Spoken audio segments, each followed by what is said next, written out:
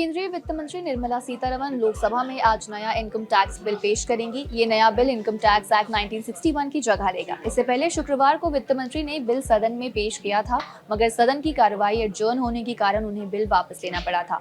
Bill वापस लेने के बाद सरकार ने कमेटी के सुझावों पर इसमें कुछ जरूरी बदलाव किए हैं, जिसके बाद आज इसे फिर से सदन में पेश किया जाएगा। ऐसे में इस बिल में क्या क्या अहम बदलाव होंगे, आपको वो बताते हैं।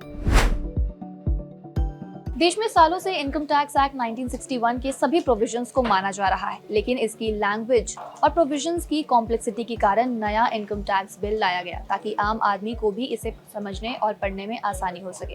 यही कारण है कि एक्ट को 536 धारा और 16 शेड्यूल्स में ऑर्गेनाइज किया गया है। शब्दों की संख्या भी 5.12 लाख से घटाकर 2.6 लाख कर दी गई है। न्यू इनकम टैक्स लॉज में प्रीवियस ईयर और असिस्टमेंट ईयर की कॉम्प्लिकेशंस को खत्म करके टैक्स ईयर कर दिया गया है, ताकि टैक्स पेयर्स को समझने में आसानी हो सके।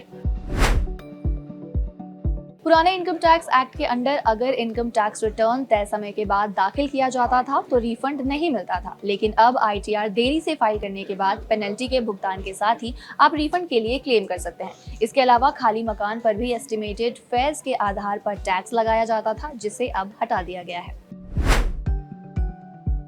इसके अलावा नए बिल में एक मॉडर्न डिजिटल फर्स्ट और फेसलेस असेसमेंट सिस्टम का भी प्रपोजल रखा गया है, ताकि टैक्स से जुड़े नियमों का कंप्लायंस आसानी से हो सके और करप्शन थम सके।